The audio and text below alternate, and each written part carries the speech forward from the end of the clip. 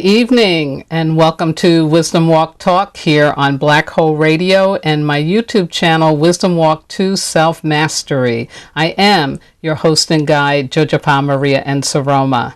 February is the first of 3 fire months in this water year that opens a new age for the evolution of humanity with mind-blowing breakthroughs that will burn away that which is now archaic. My theme for this month is relighting your spark for life. Through 3 live broadcasts and accompanying videos, I'll provide wisdom and insights from the movie Soul and from my own personal experience to illuminate how your extinguished spark can be relit, beginning tonight with Listen to Your Heart. But first, just as a reminder, when I'm broadcasting live, you can listen through your phone at this number. It's area code 563-999-3089. Also, I will upload a video of this broadcast to my YouTube channel, Wisdom Walk to Self-Mastery, probably by Wednesday this week. And you can ask questions or leave comments on my Facebook page, Wisdom Walk Radio, or my Facebook group, which you're welcome to join, Wisdom Walk Supporters. Also on my website, which is www.wisdomwalk2selfmastery.com. Or if you're watching this as a YouTube, you can, of course, leave comments and ask questions in the comment section below.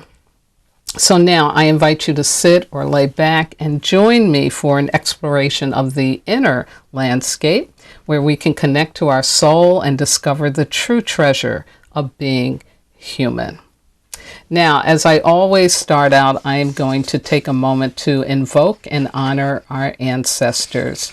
As you know, this is Black History Month, a time to remember all the African American and Black people who did amazing things in this country under such things as slavery, Jim Crow, and other forms of dehumanization. And so it's a real time to celebrate the human spirit of how, despite whatever may be put upon us, we can still find our way to the truth of who we are. I also want to acknowledge that a dear friend of mine just passed away on Friday night. Her name was Tamra Stark, and she was a very important contributor to the well-being of the Milwaukee community with the organization that she ran called Community Health Concepts. And she helped a lot of small grassroots organizations get access to federal dollars or state dollars so that they could improve the health and well-being of their neighborhoods and communities. So just saying a shout out to Tamra, who's now becoming our newest ancestor that I know of, and sharing my grief and my acknowledgement of my grief for her loss. So think about those persons that you may have lost recently because of COVID or other kinds of causes, of course, that are still happening despite COVID. Or again, if it's not someone you know, it could be an entertainer. We just lost Cicely Tyson, Hank Aaron, and I'm blocking Don King. Yeah, Don King. And so a lot of souls crossing over. So again, join me if you will, say their names out loud as we invoke the ancestors.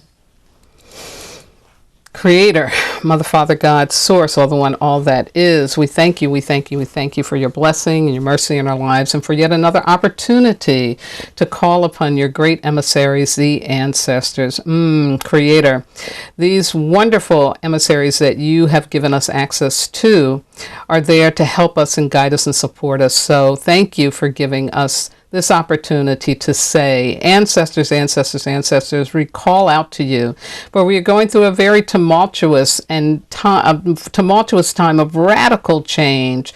We're stepping into great unknowns, great mysteries about who we really are as human beings. And so we're having troubles, we're having strife, we're having challenges in terms of our living, in terms of our working, in terms of our family relationships. And so we're calling out to you and saying, come help us, help us, help us. Give us the guidance and the wisdom that you can lend so that we can navigate more easily through this time of great change, which we believe will render us forward movement in the evolution of our species. And so again, we thank you, we thank you, we thank you for loving us and for showing up when we call. And Creator, again, I thank you for the blessing of the ancestors. As always, in the name of all that is holy, I say amen, ashe ahoasa, shinga bismillah, and so it is. Ashe, ashe. Okay, some elemental and astrological information for you, which I will put in a separate video this week. And last Friday, on the 5th of February, this past Friday, we came out of a mineral week and stepped into a Earth Week in this fire month. And here's the opportunity. So beautiful. It aligns so well, you'll see, with the astrology. It's about receiving support. You are worthy. Embrace the power of self-love and honor the energetic of the earth element as you open yourself to receive that which is needed in order to be fulfilled, nurtured, appreciated, and loved. Be self-full, meaning take care of yourself first. This is cosmic reciprocity for all that you have done to support others. You deserve it. Ask and you shall receive. Yeah. So distractions, what to stay away from. That fear of hearing no. Ask for the help that you need. It will come in ways you can't imagine. The fear of being a burden. Yeah. Distinguish that one too. Not necessary, because never, never, never when we're asking for help and we receive it, we're giving the person who's giving the help a blessing, or the persons. And then last but not least, please don't invalidate yourself because you need some help right now, whether it's emotional, financial, political, intellectual.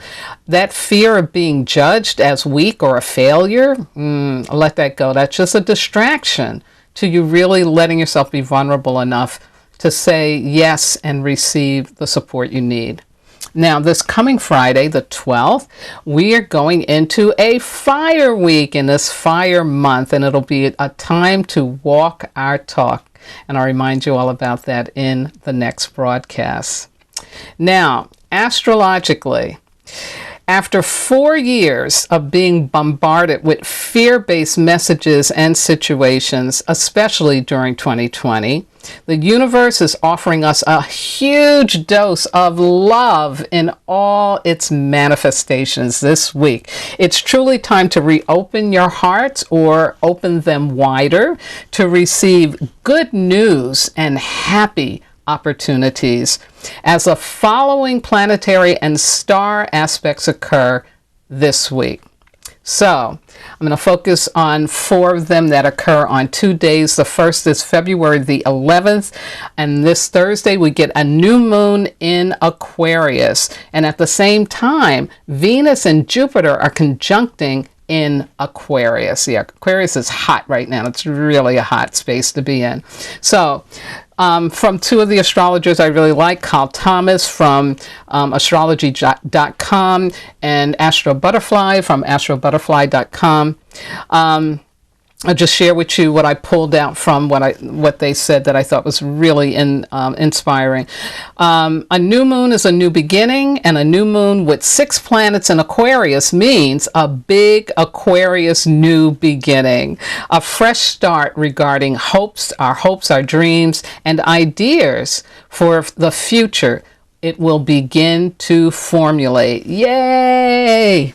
Reach out to friends and acquaintances, especially those who you may not have heard from in a while, as Mercury retrograde, which is going on still now, is the perfect moment to reconnect. And I also want to remind you that the number 11 is a master builder number. What does that mean? That means that it is an energetic, also contributing to this day for us to be able to really build things for the future and in a big and effective way. Now, also February 11th brings a dazzling alignment between Venus and Jupiter in Aquarius, bringing out two beneficent planets into an embrace. This foretells spectacular news about relationships, romance, pleasure, happiness, beauty, and money, because that's what Venus is ruling.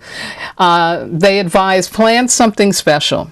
An optimistic energy for love and finances that could indicate a huge blessing coming your way. Now, Venus-Jupiter connections are one of those few 5-star transits in astrology. And Mercury retrograde will only make this conjunction even more potent and give it even more meaning and depth. So February 11th, yeah, big, beautiful love stuff. Love and abundance coming at us.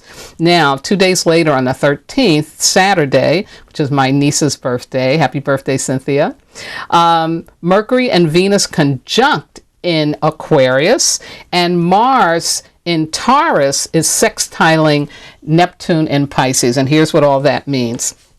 Mercury, they say, cuddles up with Venus, bringing the mind and the heart into perfect alignment. I'll repeat that because I am so excited. Mercury cuddles up with Venus, bringing the mind and the heart into perfect alignment. Passionate Mars with sensitive Neptune will unite the sexual and the spiritual, making February 13 a 5-star day for love, romance, and of course, sex. Now, of course, Valentine's Day is celebrated the day after. So this means we're getting an extended period of love and romance and abundance and fulfillment and this week. Now, reminders, February the 12th, Friday, that's the Chinese New Year, and we're moving into the metal ox. I did a whole video about it, so you can check that out in January. I did it. And also, there are 6 planets, including the moon, when it comes in on the 11th, that are going to be in Aquarius. They call this a stellium. And a stellium is this lineup of all these planets in this one area of the sky. And this hasn't happened with Aquarius since, are you ready? 1962. Yeah, the age of love and new age, right? So so there's this energetic that is, the age of Aquarius shows up, and so there's more of this showing up for us about breaking out of old paradigms and things that would hold us back. And then last but not least, we still have this Saturn-Uranus squaring going on. Saturn's in Aquarius, Uranus is in Taurus, and again, that is just that energy of, again, the old trying to hold on as the new is breaking forth. And so happy love week, everybody. Really open yourselves to that. And in a minute, I'm going to talk about opening your heart. I will leave these references to the astrology in the box below my YouTube video, and I'll try to post that on my Facebook page as well. And then the last reminder is about February 22nd this month being what I've claimed as Earth Day every month. Again, I hope you are continuing to cut down on your use of paper and plastic and staying mindful of your use of fossil fuel powered cars, committing to essential use only. Again, on the website, which is www.earthday.org, you can go to today's action. They also have information about the climate change impact on coronavirus, and also other things that you can do in regards to responding to climate change. Again, each of us can do one small thing that really grows into a large thing to help make sure that this planet is habitable for the 7th generation that will be coming after us. So thank you for staying mindful and acknowledging the ability to love on this beautiful planet Earth. Yes.